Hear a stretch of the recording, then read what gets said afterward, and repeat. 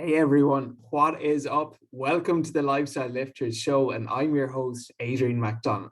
This is the very first episode of the Lifestyle Lifters show, so I feel a good way to start out is to actually describe what is a lifestyle lifter. Where did this name come from? So, a lifestyle lifter, we've been training in the gym for a couple of months to a couple of years. Okay, we take pride in our appearance. We want to look good. We want to feel good. Wear clothes with confidence, go for promotions at work, perform better on the pitch, but we also want to be able to enjoy ourselves, without sacrificing our social life, without restricting our foods. We want to get that fine balance between looking good, but also being able to enjoy yourselves at the weekend. So that essentially is a lifestyle lifter. And that is why I've named the show the Lifestyle Lifters Show, because I would consider myself and the demographic of clients that I work with to be lifestyle lifters. So the Lifestyle Lifters Show, welcome. This is episode 1. And a bit about myself. So I'll just kind of share my backstory, what got me into fitness, and where things started out for me. So I guess to bring it back to even secondary school, I did lack a lot of confidence. I'd be afraid to put my hand up in class for fear that my voice would break. I was always kind of skinny, scrawny. I remember going to the gym in like second year in secondary school and not being able to do like a pull-up or basically even hang from a bar. And I was just felt like that I was super weak. I wasn't confident in myself. And I guess this kind of carried right the way through to secondary school. I then finished secondary school, so I went to St. Jarlath's College in Tuam, and I went to college in Mary Immaculate College in Limerick, Mary I, and I did 4 years BEd or Bachelor of Education to become a primary school teacher. So my first year in college, I still had all these insecurities, lacking confidence, wasn't really happy with the way I looked, was super, super skinny. In fact, a funny story. So I was in my group of friends in college, there was 2 Adrians. So there was actually 2 Adrians in our class. And just to distinguish between both of us, I got called Small Adrian because I was skinny, I was weak compared to the other Adrian who was bigger, who was stronger. So I guess I brought these insecurities, this lack of confidence with me to first year in college. But I would have masked it by just drinking alcohol, going out, eating a load of crap food, and just kind of avoiding, or at least like just not accepting the fact that I wasn't happy with how I looked or my own appearance. So I guess like from up to the age of 18, I really was like, I had a lot of insecurities and I did lack a lot of confidence. So I remember coming home at the end of college in first year, and I guess I just decided that, I've had enough. I'm not happy with my appearance, with how I look, and I want to change. So the best thing I ever did, 3 months gym membership. It was a place called Total Fitness Solutions in Tuam in Galway. 3 months membership for €99. I said, right, let's go. I'm going to go to the gym. I'm going to try at least to make a change. And that's where my obsession kicked in. So that would have been May 2013 when I finished first year in college. And that's when I started lifting in the gym. And I remember like my first ever gym session, look, we all like just go to the gym. We've no idea what we're doing in your first one. I think I just went on like the treadmill, maybe the bike, the rower, these kind of cardio machines, because I was way too intimidated to go near the weights. But thankfully, then a coach did reach out to me in the gym, got talking to him, and he actually did me up a plan. And I'll never forget, like the first time I properly started lifting weights, we all kind of have this like aha moment where something clicks. And for me, the first time I started lifting weights, I remember like being in the changing room afterwards, before I was going for a shower. And as we all do, we just take a glance at ourselves and see how we're looking after a gym pump. And I saw like a bicep or a vein in my bicep, sorry, for the first time ever. Now, I don't know how defined this vein was at the time, but that was like, that just gave me activation that, geez, you know what, like this gym hype, it actually works. So I got a small win almost instantly. And, you know, I always say progress is addictive. And when you see progress, when you make progress, you want to make more and you want to continue to do so. So that was my first ever gym session. And then as a result of this, I started going more consistently. So that summer, I would have been going maybe 2-3 times a week and following the plan that the coach had laid out for me. I remember then going back to college in second year. So obviously you'd be off in college from June, July, August, back again September. So I hadn't seen a lot of my college friends in, say, about 3 months. And, you know, for a change, when I came back, I was kind of no longer small Adrian, because people started seeing changes and you get compliments. And while you do this for yourself, and 100% I wanted to do for myself, just because I just wasn't happy with my appearance. I lacked a lot of confidence.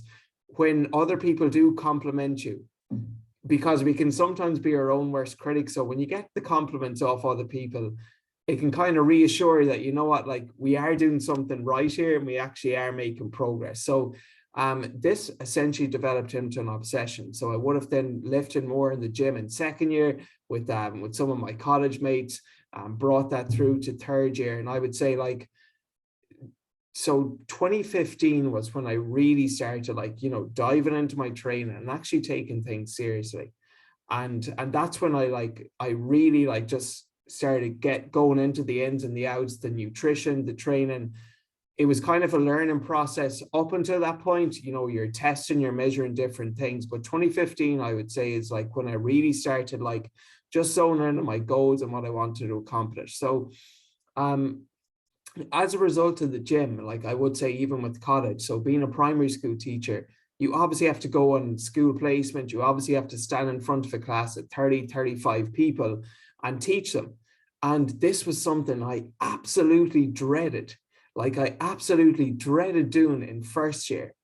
Like, I just was not confident at all doing it. And, you know, you might think that this sounds crazy. Like, obviously you're a primary school teacher, you would have known you're going to be on placement, but I just lacked a lot of confidence doing it. Like, honestly, I had a lot of fear, a lot of anxiety going in. I remember my first ever placement was in Cratloe in County Clare, and my first ever lesson I taught was Irish, and I just like, I I lacked so much confidence up there. I didn't really have any presence in the class.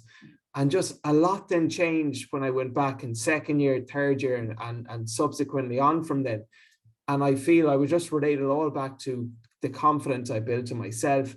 And my aha moment, or my changing moment, was when I joined the gym. So I guess the point being that, like, the gym, it's much more than just sets and reps. It's much more than lifting weights. Like, it changes you from the inside out, not the other way around. Like, yes, you see the physical rewards, the physical appearance, but it changes you from within. And it certainly changed me from within, changed my life around genuinely for the better. So I qualified in as a primary school teacher when I graduated from Mary I back in 2016. And that summer then, a bunch of us, we went to the States. We went to San Fran for a J1 for about 12 weeks. And the last 3 weeks, we would have traveled the west coast of America. We would have went down to, like, you know, Santa Barbara, LA, Huntington Beach, San Diego, and finished even off in Vegas. But when we got to LA, one of the days we went to Muscle Beach in LA, which is, like, you know, the world-renowned place where these pro bodybuilders go.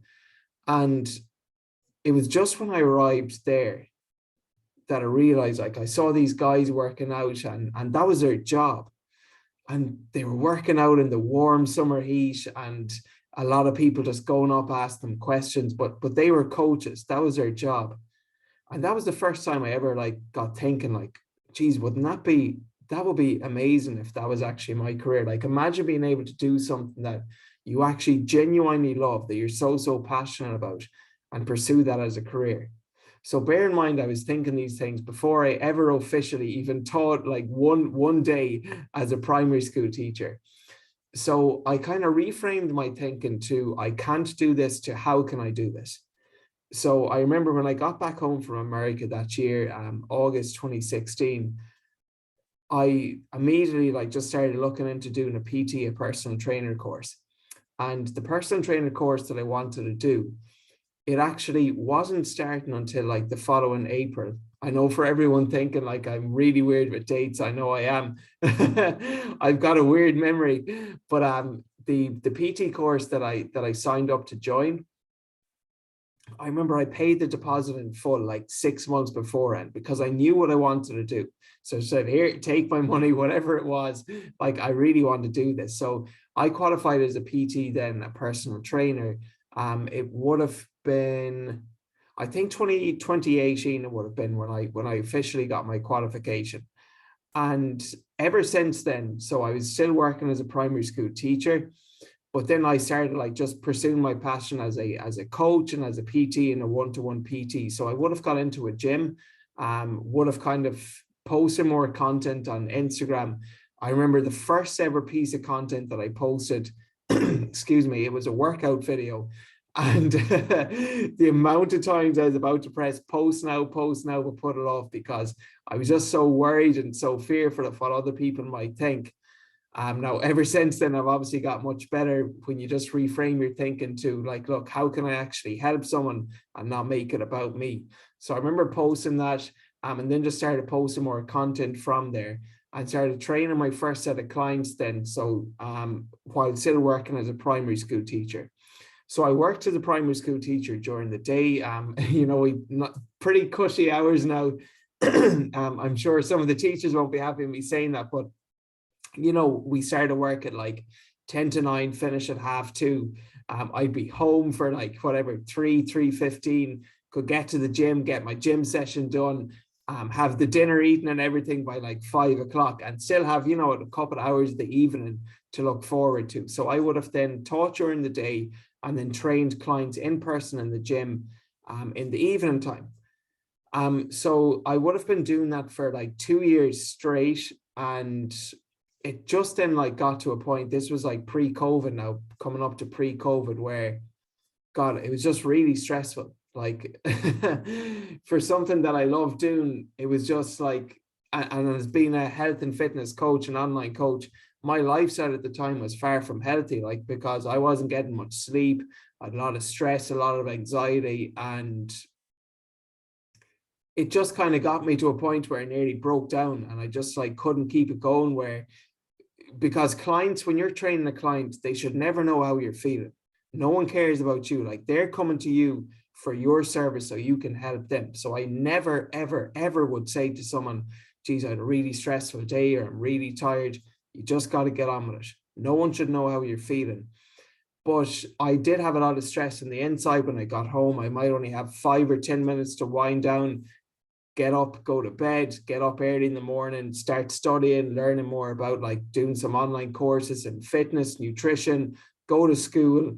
And everything had to be calculated to a T. I mean, I had to be out of school by a certain time, have my pre-gym meal eaten at a certain time to get to the gym, to be finished in the gym, to be back into town to train my clients, to be home, to have like 5 or 10 minutes to post on social, and then repeat that cycle. So it just got to a point where it's like, why am I even doing this? Like, you know, I'm not actually enjoying my teaching as much, and I'm not enjoying my training as much. And there are two things that I liked doing. Like, obviously I preferred the coaching, but I didn't hate teaching either. And there's so many parallels between being a primary school teacher and being a coach. So I just got to a point of nearly burnout, and then COVID came.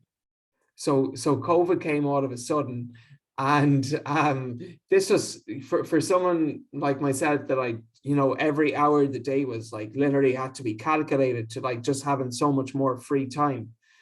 I think it just allowed me to assess things a bit better and really to like look into like what I actually wanted to do.